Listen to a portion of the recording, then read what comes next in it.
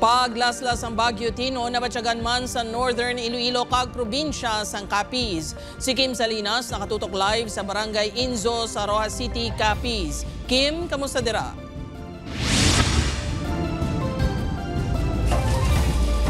Jert, nagkalatumba nga puno sang kahoy kag dalan nga hindi baagyan bangod sa baha. Ini ang halit o pila sa mga halit nga ginbili ni Baguio Tino sa Northern Iloilo kag probinsya sang Capiz. Gintumba sa mabaskog nga hangin ang pila ka puno sang kahoy sa pila ka kabanwahanan sa Northern Iloilo kasunod sang paglaslas sang Baguio Tino. Kasubong na lang sang kahoy nga ini sa Barangay de Vera, Sara.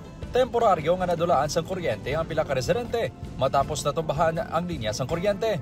Araw na ang tubigan din nila na wadaan kuryente kay ang kuryente na nga namot araw-araw. Temporaryo nga wala na agyan ang ining adalan sa Barangay Poblacion Ahoy matapos natumba ang isa ka kahoy. Gilaksa may gidigina mga itirte guro. Nagtuon sang traffic di kagina.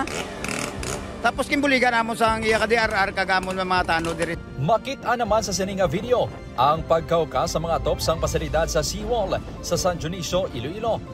Samtang ginreklamo naman sang residente nga nagbakwit sa Civic Center sa Balasan, Iloilo nga wala ini ginbaton. Wala ko nag-agi sa barangay nga mga barangay opisyalis kay decision ako nagpanik na ko sir, may lapsag man ko sir, may lang maginbalhinan kami nga subong nga balay pero pagarparon man to. Sang sininga gabi sir, may ara kita pumuluyo nga hindi niya catchment ang aton nga Balasan Civic Center.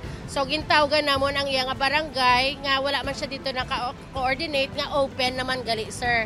So may miscommunication lang. Kaagahon pa lang, nabatsagan na ang pagulan sa Rojas City.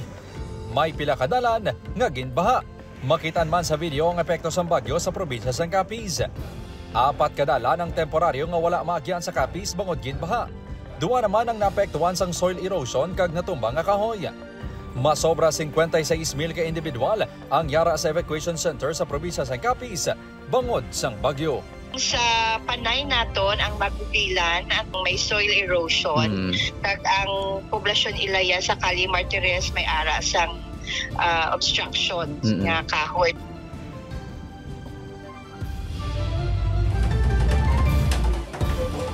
George sa alkalde sang Rojas City apisar naglabay na ang Baguio Tino sa syudad kag madamo na sa mga pumuluyo ang excited na nga magpauli sa ilang ang mga kabalayan.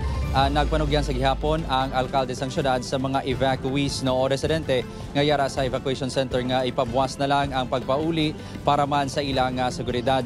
Ilabi na ang mga yara sang senior citizens, PWDs kag mga kabataan. Gert? Madamo gid nga salamat sa update kapuso Kim Salinas, halong kamudera.